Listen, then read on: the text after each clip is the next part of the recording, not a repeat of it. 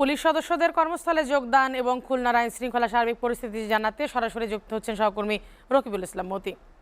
মতি, খুলনায় পুলিশ সদস্যরা কি কর্মস্থলে যোগ দিয়েছেন কিনা বিস্তারিত জানাবেন।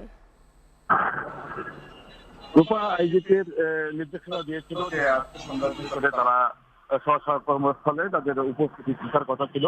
তারা আমি খুলনার ঊর্ধ্বতন কর্মকর্তার সাথে কথা বলেছি। তারা যে বিষয়টি জানিয়েছে যে সে বিষয়ে আইজিপির নির্দেশনা অনুযায়ী সব থানাতে কিন্তু অফিসের যারা অনুপস্থিত ছিল তারা উপস্থিত হয়েছেন এবং তারা তাদের কর্মস্থলে রয়েছে। কিন্তু এখন পর্যন্ত তাদের যে স্বাভাবিক কার্যক্রম রয়েছে সেই স্বাভাবিক যে কার্যক্রম কিন্তু তারা এখনো শুরু করেনি। তারা বলছে যে আরো ঢাকা থেকে আরো নির্দেশনা আসার অপেক্ষায় কিন্তু তারা এখনো চলমান রয়েছে বলে তারা জানিয়েছে। তারা বলছেন যে তারা সুনির্দিষ্ট তাদের কিছু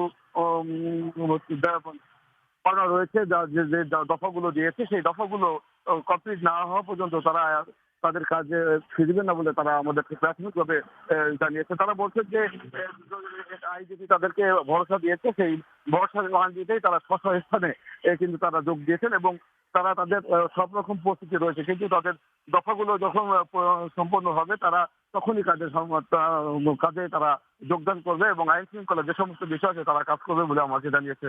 আরেকটি বিষয় জানিয়ে রাখি, এর ভিতরে খুলনা মেট্রোপলিটন পুলিশ কমিশনার তিনি কিন্তু বিভিন্ন সুশীল সমাজের এবং বিভিন্ন দলের যারা সিনিয়র নেতা আছে তাদের সাথে কিন্তু বিকালে বৈঠক করছেন এবং তাদেরকে নিয়ে বলছে যে স্বাভাবিক যে আইন শৃঙ্খলা আছে সেই আইন শৃঙ্খলা পরিস্থিতি যেন স্বাভাবিক রাখতে পারে সেই জন্য তারা তাদেরকে নিয়ে তারা কাজ করার জন্য আহ্বান জানিয়েছে এবং বলছে যে সাধারণ যারা আছে তাদের কোনো রকম অপ্রীতিকর ঘটনা না ঘটে সেই বিষয়ে কিন্তু বারবার করে তাদেরকে ইঙ্গিত দিয়ে বলেছেন। আজ যদি একটু জানিয়ে রাখি যে খুলনায় কিন্তু যে ট্রাফিক ব্যবস্থা বলেন যে বিষয়গুলো এগুলোকে এখন খুলনা বিভিন্ন স্কুল কলেজের বিশ্ববিদ্যালয়ের ছাত্রছাত্রীরা কিন্তু এই দেখছেন এবং তাদের সাথে আনসার আছেন এবং কিছু নৌবাহিনীর সদস্যরাও কিন্তু এই কাজগুলো চলছে। এখন পর্যন্ত খুলনা থেকে আমার কাছে সর্বশেষ খবর এই ছিল। রূপা।